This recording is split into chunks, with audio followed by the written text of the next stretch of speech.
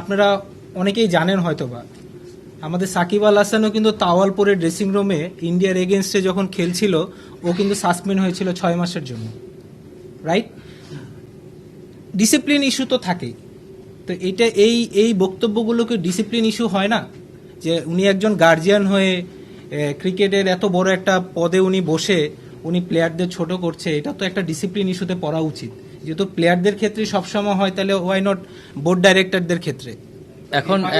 এখন আমি তো মনে করি পুরোটাই ক্রিকেট বোর্ডের দায় নিতে হবে, কারণ উনাকে নিয়ে কিন্তু কিছুদিন আগেও আমাদের একটা প্রেস কনফারেন্স করা হয়েছে।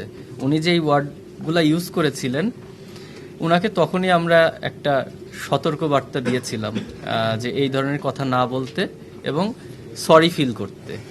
উনি যত দিন গেলে তত আরো ডেসপারেট হয়ে যাচ্ছে।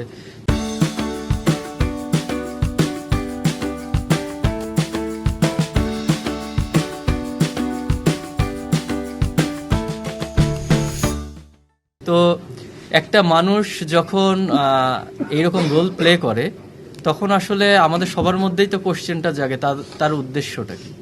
আমরা আসলে খুবই কনফিউজড যে উনি ক্রিকেট বোর্ডে ডিরেক্টর হয়েছেন, এসে উনি কি করতে চাচ্ছেন। আসলে আমরা কনভিন্স না হওয়া পর্যন্ত তো আমরা খেলতে পারি না।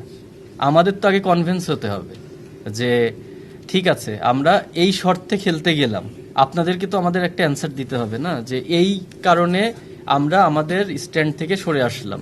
তো ওই রকম কোনো তো আমরা এখনো পাইনি।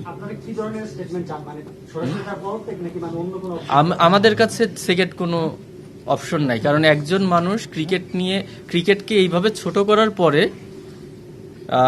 আমি মনে করি না উনি ডিজার্ভ করেন ক্রিকেট রিলেটেড কোনো জায়গায় থাক। For more updates, subscribe to our YouTube channel and click on the bell icon.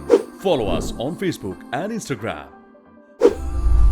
Download T-Sports app to enjoy exciting games and highlights. Visit tsports.com.